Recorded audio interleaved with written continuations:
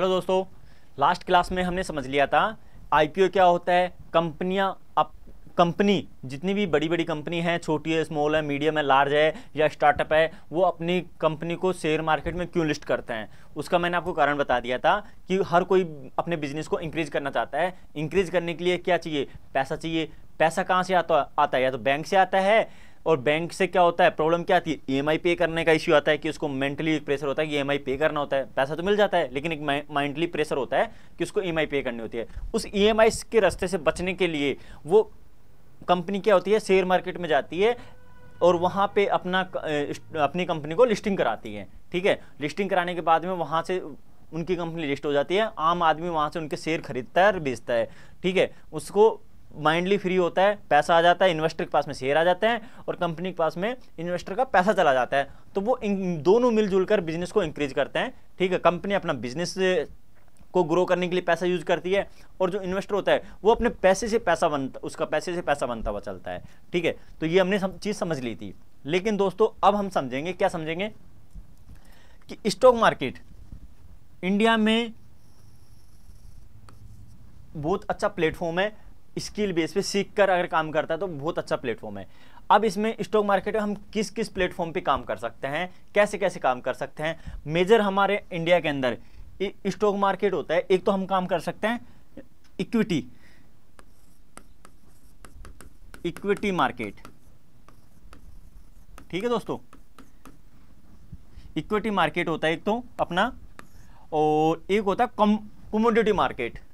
हम stock market के अंदर इक्विटी मार्केट होता है एक होता है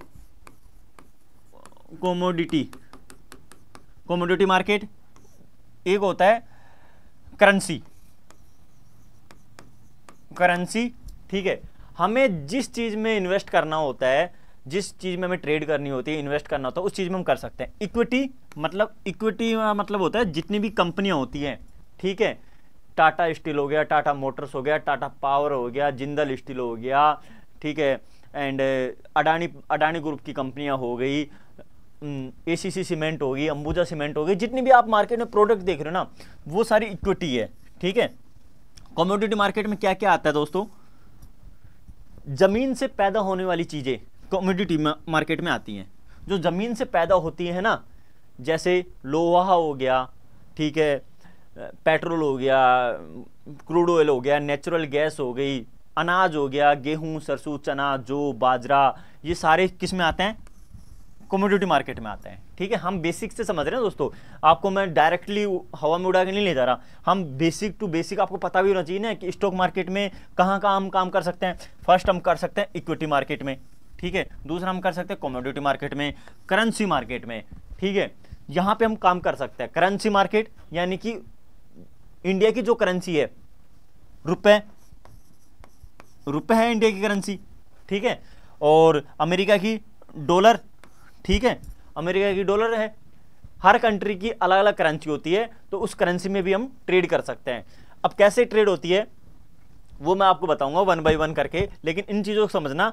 इक्विटी के अंदर हम किसी कंपनी के, यानी कि कोई मैन्युफैक्चरिंग करता है, मैन्युफैक्चरिंग कर रहा है, रिटेल कर रहा है, खुद से डेवलप कर रहा है चीज़ें, वो चीज़ें आ जाती है किसके अंदर? इक्विटी मार्केट के अंदर, इक्विटी मार्केट में। ठीक है, ये मैंने लिख दिया है, जो खुद से डेवलप कर रहा है, मैन्युफैक्चरिंग कर रहा है। जैसे मान लो मेरी कोई कंपनी, मैंने कंपनी बनाई है XYZ नाम की है। ठीक है, और उसमें मैं क्या मैन्युफैक्चरिंग कर रहा हूँ? उसमें मैं गारमेंट्स, जैसे ये कपड़ा है, जींस है, शर्ट है, खुद से मैन्युफैक्चरिंग कर रहा हूँ और मैन्युफैक्चरिंग उसको एक डेवलप कर रहा हूँ। ठीक है, ये आती हैं सारी चीज़ें इक्विटी मार्केट में। ठीक है, इक्विटी मार्केट में। और कमोडिटी मार्केट में क्या आती है? जो भूमि से पैदा होती है, जमीन से पैदा होती है, जमीन के अंदर से निकलती है, वो कमोडिटी मार्केट में आता है। ठीक है, मैंने जैसे एग्जांपल बता दिया, जो चना, सिरसू, जितनी भी जीरा, चांदी, सोना, ठीक है, गोल्ड, ये सारी चीज़ें किसी में आती है? कमोडिटी मार्केट में। ज़मीन से जो चीज़ें पैदा होती है, निकलती हैं, वो कमोडिटी मार्केट में आती हैं। करेंसी, जिस भी देश की करेंसी होती है, जैसे अमेरिका की करेंसी हो गई, जापान की हो गई, चीन की हो गई, इंडिया की हो गई, हम कंपेयर करके करेंसी में भी ट्रेड कर सकते हैं। जिस देश की हमें लगता है इस देश की आज करेंसी बढ़ेगी तो उसमें ट्रेड कर सकते हैं। हमें लगता है इस देश की करेंसी आज गिरेगी तो उसमें ट्रेड कर सकते हैं, इन्वेस्ट कर सकते हैं। कमोडिटी में हमें लगता है कि जैसे गोल्ड का भाव क्या हो रहा है आज, अप्रोक्स 1,25,000 1,25,000 के अप्रोक्स गोल्ड का भाव हो रहा है। ठीक है, 1,25,000 के गोल्ड का भाव हो रहा है। चांदी में भी तेजी है। तो ये हो गया हमारा कमोडिटी मार्केट। तो हमें लगता है कि गोल्ड यहाँ से आने वाले टाइम में और बढ़ेगा तो हम गोल्ड खरीद सकते हैं। ठीक है, गोल्ड खरीदने का मतलब यही नहीं होता कि हम सुनार के पास जाएं, ठीक है, और सुनार से भैया लो ये मेरे को तो 1,00,000 रुपए का सोना दे दो। ठीक है, वो ले रहे हैं हम फिजिकल गोल्ड। ठीक है, उसे हम खरीद के लाएंगे, अपने घर पे रख लेंगे, अपने बक्से में रख लेंगे सजा के, और जिस दिन हमें बेचना होगा तो हम उस सुनार के पास जाएंगे और सुनार के पास जाके उसको सेल आउट कर देंगे। ठीक है, उसमें सुनार अपना जो चार्जेज होता है जो भी, वो खरीदते टाइम भी लेता है, बेचते टाइम भी लेता है। ऐसे ही हम कमोडिटी मार्केट में गोल्ड ऑनलाइन खरीद सकते हैं, यानी कि हमें घर लाने की जरूरत नहीं है। किसी सुनार भाई के पास जाके बोले भाई मेरे को तो ये 1,00,000 रुपए का गोल्ड दे दे, तो वो 1,00,000 रुपए का गोल्ड लेके आने की जरूरत नहीं है। हमें तो सिंपल सा ऑनलाइन परचेज करना है। ठीक है, ऑनलाइन कैसे?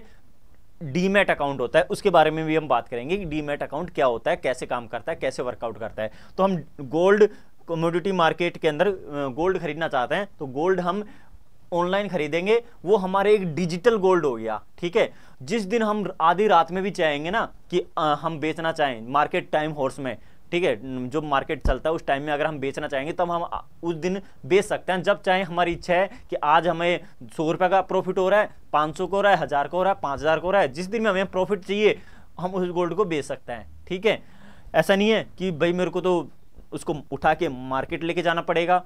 ठीक है, मार्केट जाऊंगा, सुनार को दिखाऊंगा, सुनार को दिखा के फिर वो मेरे को उसका रेट भाव, मोल भाव करेगा।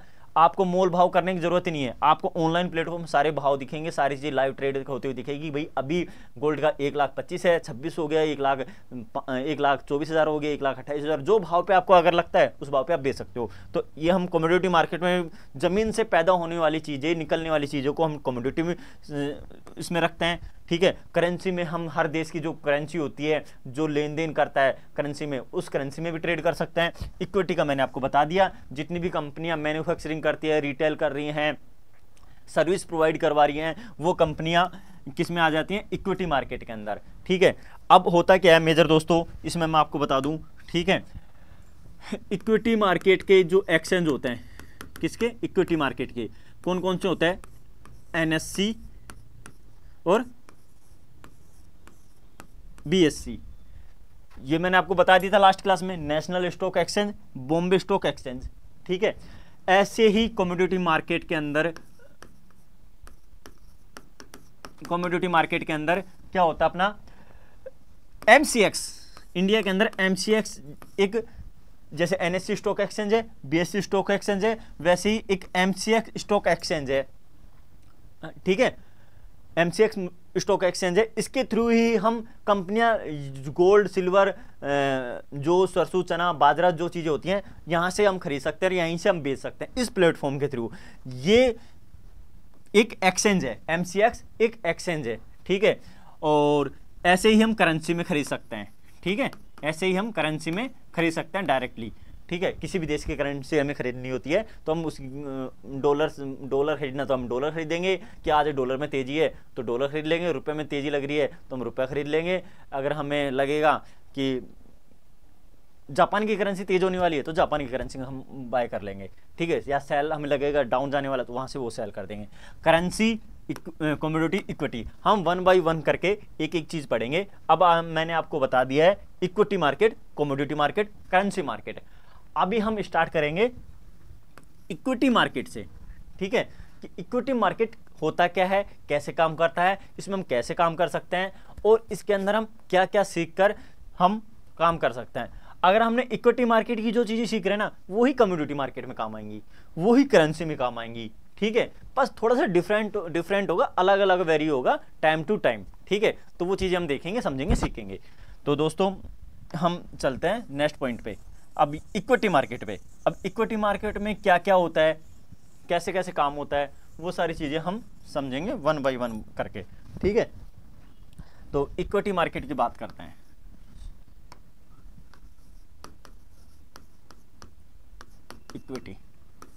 इक्विटी मार्केट, ठीक है। अब दोस्तों इक्विटी मार्केट के अंदर मैंने बता दिया कि कंपनियां लिस्ट होती हैं, जैसे मेजर कंपनियां मैं आपको बता देता हूँ। रिलायंस हो गया, रिलायंस, ठीक है, बहुत बड़ी कंपनी है। अंबानी भाई की कंपनी है, ठीक है। और टाटा ग्रुप हो गया, टाटा ग्रुप, ठीक है। टाटा, ये आप समझना, मैं वर्बली बोल रहा हूँ को, टाटा ग्रुप हो गया, ठीक है। कभी ये सो भैया ये तो मेरे को समझ में नहीं आया क्या लिख दिया आपने, ठीक है, तो इस पे मत जाना। तो टाटा ग्रुप हो गया, ठीक है। जिंदल स्टील हो गया, बहुत सारी कंपनी हो गई, ठीक है। जिंदल स्टील हो गया, और जैसे मैं आपको कंपनी बता दूं, बहुत सारी हो गया, अंबुजा हो गया, एसीसी हो गई, सारी इक्विटी मार्केट के अंदर आती है, ठीक है। इन कंपनियों को कंपनियां क्या करती हैं, इक्विटी मार्केट में अपनी कंपनियां लिस्ट करवाती है, लिस्ट करवाने वहाँ से शेयर खरीदते हैं, शेयर बेचते हैं। अब हम आ जाते हैं कि हम सीखेंगे क्या क्या क्लास के अंदर, क्या क्या सीखने वाले हैं। तो दोस्तों स्टॉक मार्केट की क्लास में हम जो स्टार्ट करेंगे, मेन पॉइंट पे आ जाते हैं, घूम फिर के हम फर्स्ट फंडामेंटल, ठीक है, फंडामेंटल समझेंगे कि कंपनियों को हम कैसे रीड करें। भाई हम काम तो करेंगे, लेकिन कंपनियों को स्टॉक मार्केट सीख रहे हैं तो स्ट्रैटेजी फंडामेंटल से होती है कि भाई मैं शेयर तो बाय कर रहा हूँ, मैं इस कंपनी का आईपीओ आ रहा है, ठीक है, आईपीओ आ रहा है, और 11,000 करोड़ का आईपीओ लेके आ रही है कंपनी। लेकिन ऐसा इस कंपनी में क्या है, ऐसा इस कंपनी में क्या है, ये आईपीओ लेके तो आ रही है, लेकिन ऐसा इस कंपनी में ऐसा क्या है कि मैं इसका क्या करूं, आईपीओ लगाऊं और ये मेरे को प्रॉफिट देके जाएगा, ठीक है। क्या सोटी है कि मैं ये मेरे को आईपीओ लगा रहा हूं मैं, लेकिन क्या सोटी है कि ये मेरे को प्रॉफिट देके जाएगा। उसके लिए दोस्तों हमें पढ़ना पड़ेगा कंपनी का फंडामेंटल, ठीक है। हमें इन्वेस्टमेंट करना है किसी भी कंपनी के अंदर। मेरे पास में लाख रुपए है या आपके पास 5 लाख रुपए हैं और आपको इन्वेस्ट करना है, आपके पास में बैंक से निकाल के आपको इन्वेस्ट करना है। बैंक में 5 लाख रुपए ही रहेंगे, चाहे वो 1 साल रहें, चाहे 6 महीने रहें, चाहे 5 साल रहें, 5 लाख के 5 लाख ही रहेंगे आपके, ठीक है, वो बढ़ेगा नहीं, ठीक है। लेकिन अगर आप किसी कंपनी में इन्वेस्ट करते हो, वो 5 लाख रुपए बैंक से निकाल के आप स्टॉक खरीदते हो, किसी चीज में इन्वेस्ट करते हो, तो वहां से वो इंक्रीज होता चलता है, डबल प्लस होता चलता है चीजें, ठीक है। तो अब 11,000 करोड़ का आईपीओ लेके आने वाली है कोई कंपनी, जैसे अभी हाल ही में एलजी का आया था, ठीक है, उसने आईपीओ लेके आया। तो ऐसा क्या है कि मैं इस कंपनी के आईपीओ बाय करूं, या आईपीओ बाय नहीं करा तो मैं इस कंपनी के शेयर बाय करूं, क्यों करूं मैं शेयर बाय, तो ये पता होना चाहिए। ये आप कैसा पता करोगे, ये पता करोगे भैया आप इस फंडामेंटल से। जब तक आप कंपनी के फंडामेंटल पढ़ोगे नहीं, समझोगे नहीं, रिसर्च नहीं करोगे, कि इस कंपनी की बैलेंस शीट चेक नहीं करोगे, ठीक है, बैलेंस शीट, बहुत चीजें हमें देखने को मिलेगी, जो सीखने को मिलेगी, ठीक है। बैलेंस शीट देखना पड़ेगा इसका, सारी चीज़ें हमें, भाई लास्ट 3 साल में कितना प्रॉफिट करा, कितना लॉस करा, क्या इसका ये कैश फ्लो चल रहा है इस कंपनी के पास में, आरओई क्या है, आरओसी क्या है इसका, बहुत सारी चीज़ें हम समझेंगे स्टेप बाय स्टेप। तो मैं आपको बता देता हूँ, फर्स्ट हम समझेंगे, क्या समझेंगे, फंडामेंटल, ठीक है, फंडामेंटल समझते हुए चलेंगे, ठीक है। दूसरा हम फंडामेंटल हम बाद में रीड करेंगे, लेकिन मैं टॉपिक बता रहा हूं आपको, ठीक है। फिर हम पढ़ेंगे टेक्निकल, फंडामेंटल टेक्निकल। टेक्निकल में हम क्या क्या पढ़ेंगे, फंडामेंटल पढ़ना है एक, हमें एक टेक्निकल पढ़ना है, ठीक है। टेक्निकल में भी और अब इसके अंदर पार्ट आ जाते हैं हम, या अलग से भी मेंशन कर सकते हैं। हम पढ़ेंगे फर्स्ट में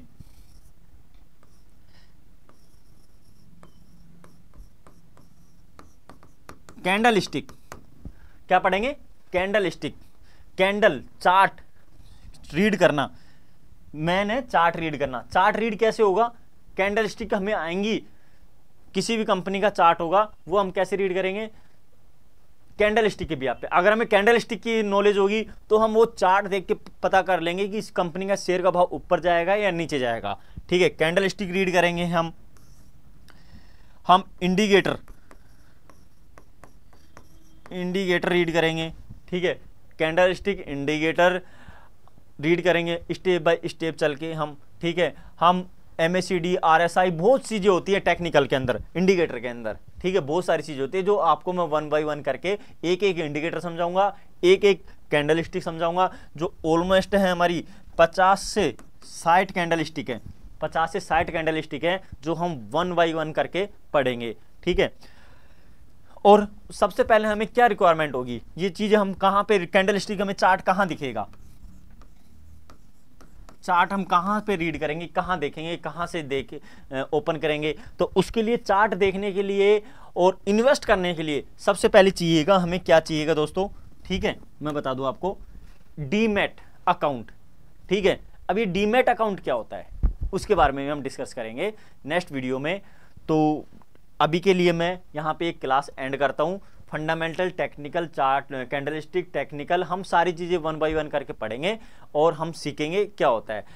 डीमैट के बारे में हम नेक्स्ट वीडियो में बात करेंगे कि डीमैट क्या होता है और हम इसमें कैसे चीज़ें खरीदें और कैसे बेचें, तो इसके बारे में बात करेंगे नेक्स्ट वीडियो में। Thank you so much. Happy trading, happy investing.